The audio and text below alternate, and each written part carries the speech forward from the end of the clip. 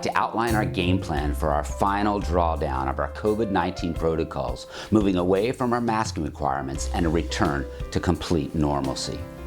Almost 2 years ago, we formed our NTPA COVID-19 Task Force, a body of some 35 doctors, lawyers, and other professionals whose mission was to help us define a set of rules and protocols to allow us to open and operate safely and effectively while still participating and enjoying the performing arts in the midst of a pandemic. Since the pandemic began, we've produced over 200 shows, some 1,500 performances for over 100,000 patrons. NTPA was one of the first live theater operations to reopen after the shutdown, one of the first to offer a safe method for mask optional performances on stage, and one of the first to adopt a protocol for adult actors to safely take the stage without masks in the country.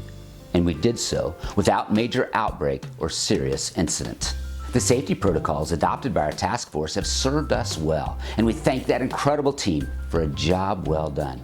Through the course of the pandemic, we've adopted COVID-19 hospitalizations as the best metric for public health in our region, and we've modified our protocol requirements based on changes in that measure. We've taken the responsible and cautious position of focusing on the good health of our patrons and our students, and the public health challenge created by overcrowded hospitals. Continuing that posture, our task force has recommended and our governing board of directors has adopted a position that we will remove masking requirements when hospitalizations in the region fall to below 8% of total hospital capacity and remain below that level for more than a week's time. This level represents a small fraction of that COVID-19 level the hospitals effectively managed during the worst of the crisis, and is consistent with when other regions have lifted their mandates.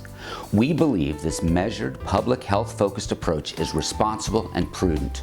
We will be monitoring this daily as hospitalizations fall and will announce when we have met these requirements and are lifting our masking mandates. We will then move to a position that masks are highly recommended, though not required within our facilities. Until that time, we will continue to require masks in all NTPA facilities and activities, except in special circumstances as defined in our protocols. We will also continue to enforce the CDC-defined guidelines for quarantining for those testing positive and experiencing close contacts. To our task force members, thank you for your efforts, your guidance, and your counsel, and for a job well done. To our patrons, students, and our staff and public, thank you for your patience and your support.